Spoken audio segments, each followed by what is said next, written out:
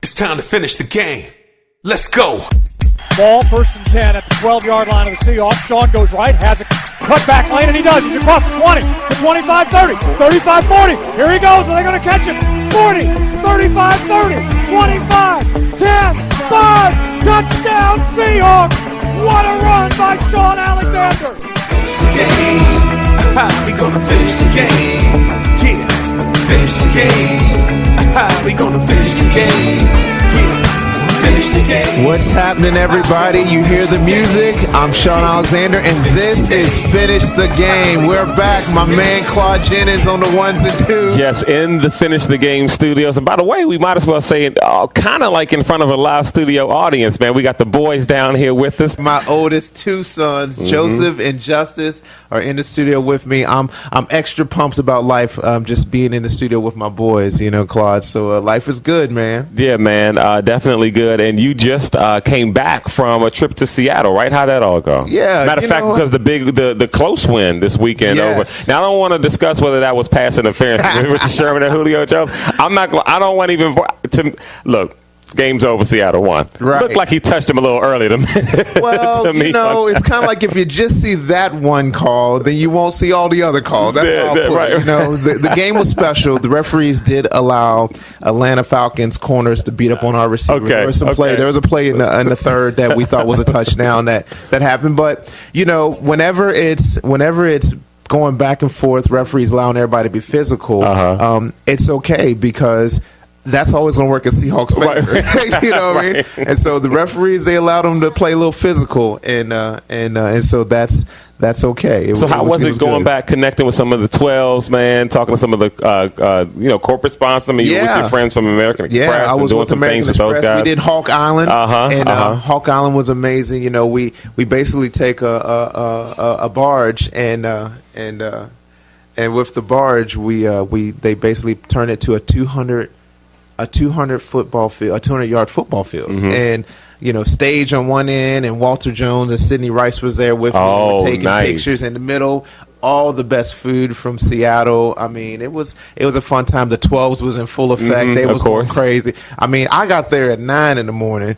There were some folks in there just Seahawk blue, Seahawk green out. They said some cats was there from 7:30 in the morning, ready to go. Here. Right. I said, I know they slept good at halftime. You know? Right. Well, there were great pictures on your Facebook page and on Twitter, Instagram. If anybody want to follow Shaun, check those pictures out.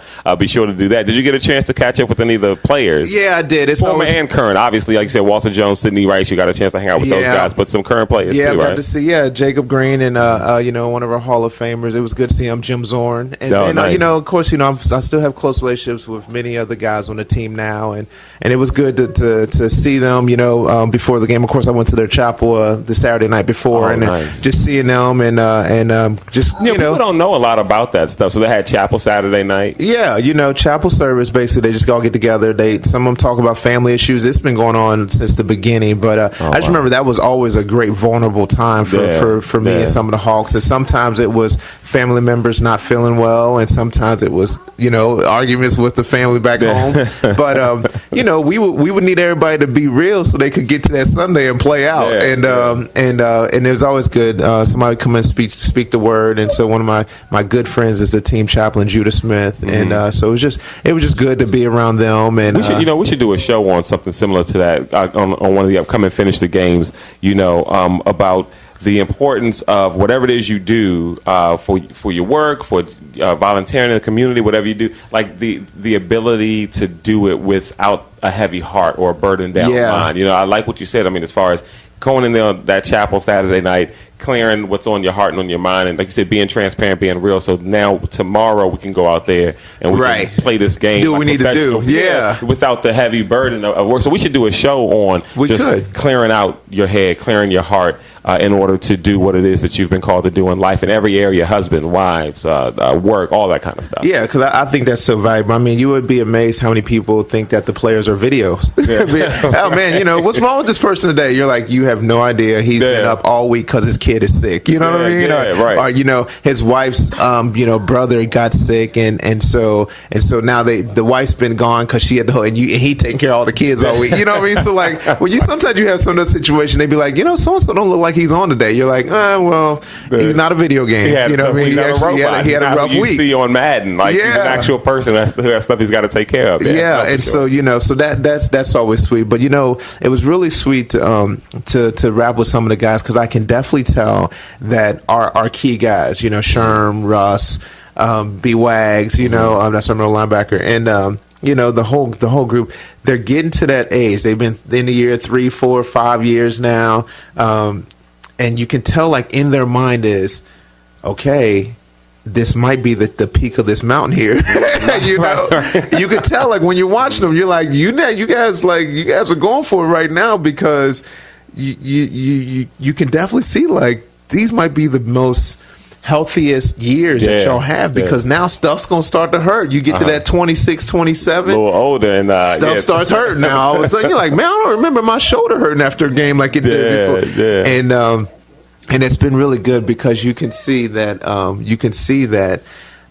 in their mind, the question of what's going to happen next is starting to happen. And if you don't mind, I love to really just talk about that. Like, well, everybody gets into their mind, whether it's 25 going back to those late 20s, when you first turn in your early 30s, when you get to your late 30s, them 42s, you get that 46, you know what I mean, that 50, 51, like there always comes in there like, ooh, what am I about to do this next season? And it's going to be really cool. I'm thankful that I have relationships with some of these young men. Some of them I call my little brothers, some of my little nephews, because of the age difference. I would always say that no matter where you are in life, when you start feeling that what's going to happen next, that is the time that you grab the moment by the horns. You seize the moment right now. So that's the first thing you got to do is, I'm kind of wondering what's going to happen next. Slow down, look around and say, what am I doing right now? Let me be ready to blow this joint up right now. And then once you have that understood, then you can all of a sudden start preparing for what's next. And it's kind of like staying in your order, keeping your priorities correct, because what's going to happen next is really not a wrestle with talent. Nothing lasts forever. Everything has its season. So really, you got to just get, as you and I were listening earlier, you got to get your mind ready to know who you are. Right. Understand that this is really a question about identity and not necessarily action. It's not about, how do I do? What do I do when I'm 50? What do I do when I'm 40? What do I do when I'm 30? What do I do when I'm 28? Those are really not questions about what you're going to do. Your gifts, your personality, they're going to take care of what's going to happen next. It's really about identity. Do you know who you are so that you can actually do what's next? Right. Because so many times our identity, we wrap that up in what we do. And especially, if you like someone like yourself who's a world-class athlete, from almost birth until your professional career, football is who you are. A player is who you, and it's what everyone knows you as. It's what, and you can have so many other gifts and talents and so much else to bring in other arenas, but nobody wants to hear that because all they see is a football player. And so sometimes, and when you buy into that, and even in other areas in life with other people who aren't football players, we wrap our identities in. So that's why people will stand in line for 3 hours to buy a $200 pair of tennis shoes that for real they can't even really afford, because identity is based on what I have and what people think about what I have, and we have to. And so you can see how it's easy to fall into an identity crisis when what's next presents itself. You know what I mean? Like, what's next in my career? What's next? At home with my family. Kids are moving out. They're going to college. Wow. What's right? All I know is me as a dad or me as a mom who, and the kids are 100% dependent on me. But when they're not anymore, it's like, whoa. Well, what do I do now? It's important, like you said, to know who you are outside of all the other roles that we play. You play roles, but roles can change. That's right. We got to find out who we are, no matter what the roles are in life. Right. And you know what? And I think that once you actually grab a hold, like, you know what? I'm fearfully, wonderfully made. You know what? I'm actually pretty good at this. Yeah. You can actually grab onto, well, what do I like to do? You know, and I've always tried to express to some of the young men in the NFL like about with money. You know what I mean? Right. Hey, save them chips. You don't need 5 cars. You don't need 4. You don't need 3. Right. You might want 2 if you're married and you have kids. Yeah, you know what I mean? Right. But like, it don't have to be a Maybach. You know what I mean? Like what we doing? Like, slow it down. But save your chips, and then so you can use that for what you like to do. Yeah. You know, we have such an advantage if we do it right, but it's also a great disadvantage because people come to us like it's never going to run out. Yeah, and that's the big war that's never going to out. But for me, I've always loved to share what I've learned from other people. You know what I mean? And so I've always been like, oh man, I love learning something new, and then that could launch me to do something great. Right. And then saying, hey, Claude, hey, you know, Joseph, Justice, boys, I did this once. If you all do this, it might help you all out too. And so I love doing that. So of course I would be a person that would be on a host of a show. You know, Right. you know. Yeah. Well, that's kind of what I like to do. And so my identity is not I got to go teach, and my identity is not I'm a football player. My identity is not you know, I'm a great husband or a father. Those are things that I do and I try to do well, and I'm thankful that I get to do those things. My identity is really simple: lover of Jesus, creator, human being, going to fight for what I know he's called me to be, and what I would call, or what he would call, righteous and just. And so for me, I do those things, and I'll do everything off of that identity. Right. Wow. This is the Finish the Game podcast with Shaun Alexander. I'm Claude Jennings, talking about focusing on, you know, when you hit that reality that something next has to come up in life. You know, what I'm doing now won't last forever. And it's funny, you talk about seizing the moment and blowing up right now. And as you were just talking there, you know, that doesn't mean deny what's coming down the road. Right. Part of blowing up right now, or seizing the moment, taking care of of what's happening in life right now, is also effectively planning for what's next. You got to. You know, I was just thinking about just the show and how, you know, we have been preparing for this show to be eventually video where the whole world sees it, but we also know that we're going to put some work in right now. Right. I think that's healthy for both of them. Something has to happen next. Well, what's next? Well, we might go from Finish the Game studio to auditoriums. Right. You know what I mean? Right. Well, and there's so many things happening right now. Like when things go on with Finish the Game, and folks may see it and say, wow, you know, Shaun and Claude, you know, that show just kind of blew up overnight. They'll think it's overnight. They don't even know that up until this point, you and I were just talking about it, we've been grinding away at this for a year, almost. We've been planning for a year now. Even just talking and getting the studio equipment and stuff like that. It's been the work then that prepares for the future. But like you said, you've got to maximize. If we don't maximize what we're doing now, and we don't focus in on what we're doing now, if you're not trying to be the best dad you can be today, and you're trying to be the best at your job you can be today, then you really are doing a disservice to your future. That's right. You know, so it's good. You know, and so for me, I would just always tell everybody, you know what, fire it up now, fire the engine up now. But also understand that your next steps can be prepared for and can be thought of and can be worked out for the future. And at the end of the day, you're going to become what we all want you to be, which is a game finisher, one that becomes an MVP to your world, to your community, to your family. And it's not because you just let it happen. It's because you went out to go make it happen. Right. And, you know, one of the things I think that hinders people is the fact that sometimes, you know, when the future is uncertain, and so it's like, I don't know what I'm going to do next. And also, I don't even know if I can handle whatever's next. You know, I don't know if what I do now translates. I don't know who I am outside of what I do. And so there's that fear of uncertainty. Can you talk about, you know, before we move to the next topic, like kind of overcoming that fear of uncertainty and just kind of attacking the future? You know what I mean? Yeah, you know what? I feel like, you know, the answer is always really back into identity. But I was talking with a young man out in Seattle, you know, recently about, you know, he's like, I'm going through anxiety. Like, what am I going to do next? Like, I'm kind of not sure what needs to be done, and I don't know if I can even do it. I feel like I'm going to second guess myself. And I said, bro, can I be real with you? I think you think that God is really really wagering your life or death on this next decision. I'm like, let's be real. There's some decisions that I don't have to think about because I was blessed with a lot of money. So if and I use it as an example. So if my wife and I, my beautiful bride, if we're talking about taking a trip somewhere, right, and let's say we're gonna go to New York and we're gonna just do up New York, and I call up and I'm like, ooh, this is gonna be a great surprise, and I order the hotel that I love the best, but it's right next to the play that she loves the best, and I go and get the tickets and the money and the flight, and it's a couple G's, what I mean, $2,000, $3,000.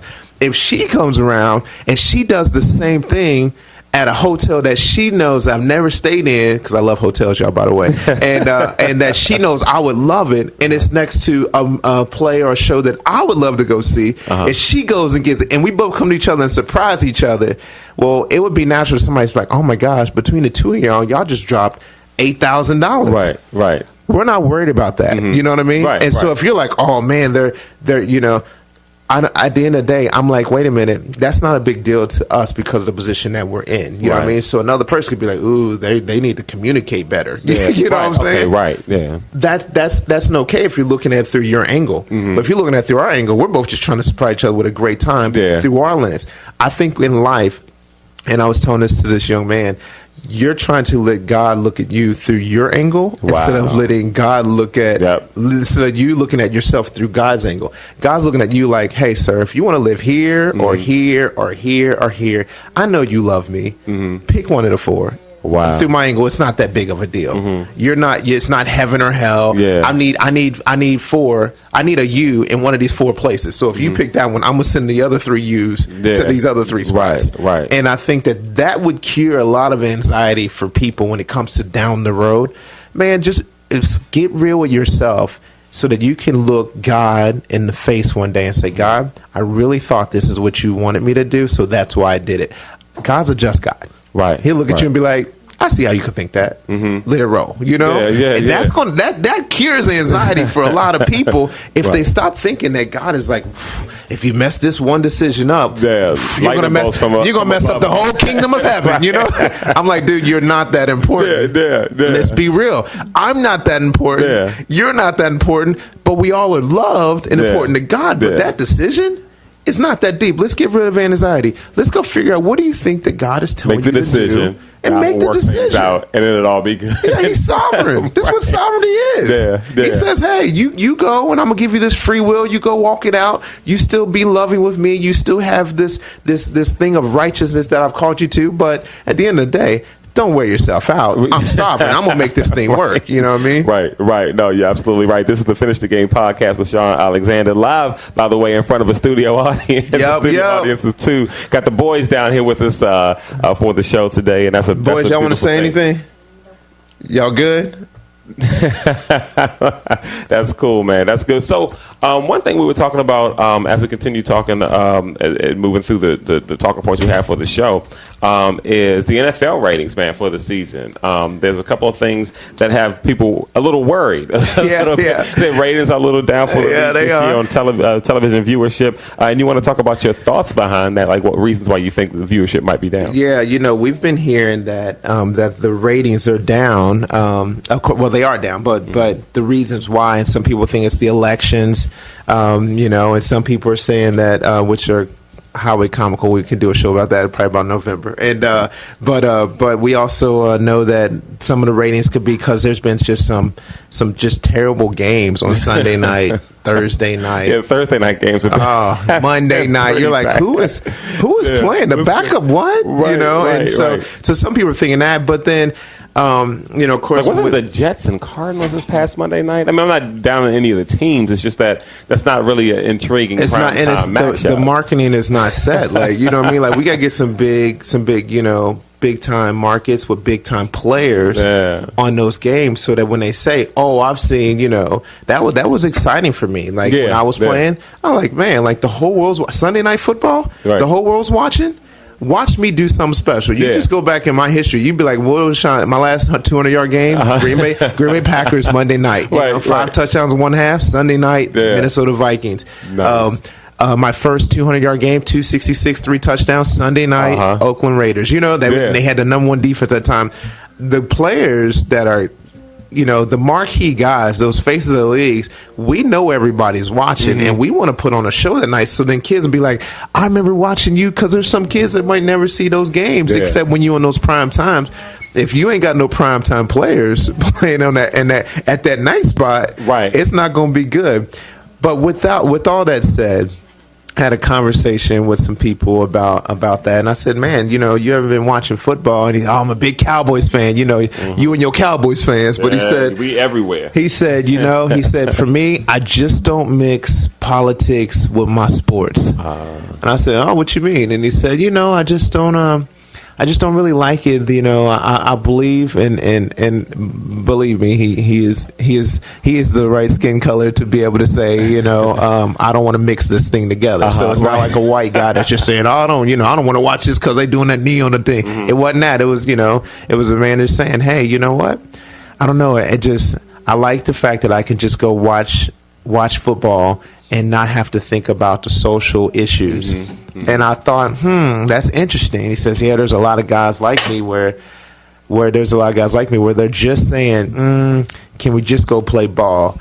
And the thing is, this guy is very in tune to, the racial issues, obviously. And so I just thought, oh, wow, that's interesting. I wonder why he has a hard time mixing political with sports, because really, we mix just about everything. Right. Yeah. Life is life. Yeah. And so for me, like, I was just wondering, maybe I'll kick this over to you, like, how much should we mix, things, should we mix politics? Should we mix work and play? Should we mix business with pleasure? I don't know how you really separate that. You can ask my wife. She's like, do you make everything a fun trip, fun business trip? I'm like, yeah, I do. I don't like who I am. I end up just mixing, and maybe the question is, should I? You can be my shrink right now. Well, I think it depends on what on different levels. Like, so when it comes to whether it's pop culture, sports, politics. Like, I think certain things give you a platform to express messages that otherwise may not be heard. Right. I think that when you look at Colin Kaepernick and the whole anthem protest, that look how much attention has been given to that. And some people are just giving attention to what he's doing, not even why he's doing it. But then a lot of people are now focusing on why he's doing it. Right. And so it gives voice to. Now, I think some people say they don't want to mix it because it makes them uncomfortable. And so I'd rather not be uncomfortable, or I'd rather not have to discuss this. So I don't even. Some people don't talk politics at the dinner table at home. Right. But unless you can't control, anger or rage, like, or if that makes you that upset, I don't see why the home wouldn't be a place for family and friends to discuss what we think, about our community, about our state, about our country, and about the world politically. It would be a great place to do that because that's a good common ground, right? And so when people don't feel comfortable doing that, they don't want to mix it. But what I find is that you can't really compartmentalize life in that way. Right. I can't compartmentalize myself as a husband from myself at work. Right. Because so many things that I do at work affects what I do at home. Meaning I can't go to work and just scream at the boss and not do my job, because then I'll get fired. And that affects home. Correct. You know what I mean? Yeah. Or I can't go to work and, every lady that walks down the hallway, I give them the side eye. That and I'm cat watching call. them. Yeah, you know what I mean? And I'm staying a little extra at work, you know what I mean, when I don't necessarily have to. I can't do it because I'm a husband, In every area that I work, everyone knows my wife by name and knows her and sees her face. They know her, because that's important to me, because I don't compartmentalize that. I'm not just Claude at the radio network at the media company. Right. Claude has a wife. Claude has a home, and I don't compartmentalize it. My wife knows what I do when I leave the house. I don't just leave the house. All right, I'll be back. I'm going to work. I don't, and so I think that we can't compartmentalize things like that, because it also speaks, because there's some things. Now there are things that you don't want to bring to work. Like if there's issues at home or issues going on elsewhere, you don't want to bring that drama to work to where it affects your work. So yeah, you can compartmentalize that. But I think what we're getting at is that there are certain things that you have that are standards by which you live. And sometimes, those cross-section different areas of life. I'm the same guy at work as I'm going to be at home. My social stands are the same, whether it has to do with sports or whether it doesn't have to do with sports. And I think that that's kind of where we're getting at with, you can compartmentalize some things, I guess, if it affects the other thing negatively. But at the same time, you got to speak to the totality of who you are as a person. Yeah. And me as a person, I'm against injustice. And if sports has been a platform to where folks are battling injustice, let's talk about it. If you have certain values, why not talk about it at the dinner table with family and get into a healthy political discussion about it? Right. Why separate politics from family? Why separate how you feel about the country from religion? I don't think you have to separate the two. So many people want to separate politics. I want to separate religion. I want to separate my work. Not to say that the country should be ran by anyone's religion, but why leave that out of the discussion when that's who they are? When it makes up the totality of who you are. That's right. No, I'm with you completely. It's kind of weird. I guess I'm like I don't know what age they stopped praying in the school, but I'm assuming it was while I was in school. And because I do remember clearly my principal in my elementary school praying, Mr. Rush. Shout out to Florence Elementary, y'all. I remember him praying at the school, and then all of a sudden I remember them not. And so it wasn't a big deal to me. You know what I mean? It wasn't a big deal to many people out there, but I feel like that was just who Mr. Rush was. I feel like that's who the school was, and it just kind of is what it is. I don't think that anybody really feels like, hey, if I do this, then or if the principal does this, then they have to do that. Right. I feel like, sometimes I think like when they're talking about mixing church and state, I feel like they're making a bigger assumption by not letting people be who they are, and it actually forces people to be what they don't want to be. Right. And I think that I don't know. I just always looked at it and I think like if they're like they kick Jesus out, then you're going to force people to be like, hey, I've now got to do what you want me to do. So now kids are kind of more in line to be rebellious. Right. You know what I mean? Why? Right. Well, this is a rebellious kind of society. Why? Because the people up have no rules. If your rule is there's no standard, well, gosh, I just know like if I didn't have my mom, holding down the fort, I would have been off the hook, Right. And so like to me, like I think a standard is a good thing. And I think that, even with this show or with when I go out into a public eye, whenever I'm doing appearances with companies or whatever, my standard is I'm going to have a godly position on life. What I mean? I'm going to try to love you and treat you the way I'd want to be treated. Those are all taught from the Holy Bible. Then that's what I follow. And you don't separate that from sports or from I really don't. Else. From sports, civic life, like out in the community, it's all the same because that's a value that you hold. You said something that was really, really pretty powerful to me. I just think like, the game itself is when that horn blows and the national anthem's before the game, and to me like I always look at like if we ever worked 9 to 5, so Colin Kaepernick's working 9 to 5, that's like him at the water cooler before he goes and checks in. You know what I mean? I thought, he would be talking to his friends about social issues then and there. Sure. He would be making a statement, and when the whistle blows, I'm gonna do the best I can. But man, I'm still up. Okay, it's time to go to work. Boom, and he goes out there. Yeah. By the way, I don't know if he really played that well. So but at the end of the day, I do think that a mixture is good at times, especially when it's about who you are and not necessarily about what you're doing. Of course, you can't come in there and be like, I love to swim, and then you just show up in swimsuit at the workforce. What I mean? That's doing a little too much mixing. But the fact of like what you're feeling about who you are and what's going on in life, I think that sometimes that's healthy. Yeah, like no one is saying, show up to work and just give them, a full report on your date life, who you're dating and who you're talking to and what's going on. Like no one's that's not what we're talking about. What we're talking about though is like there are areas and arenas where that cross-sect, that kind of intersect. And that's a good place to express who you are and what you think and what you feel in sports and politics and religion and culture and things that happen in society should be openly discussed and doesn't have to be kept out of conversations in different arenas. It should all be up for grabs. I think at the end of the day, it's what makes America great. Right.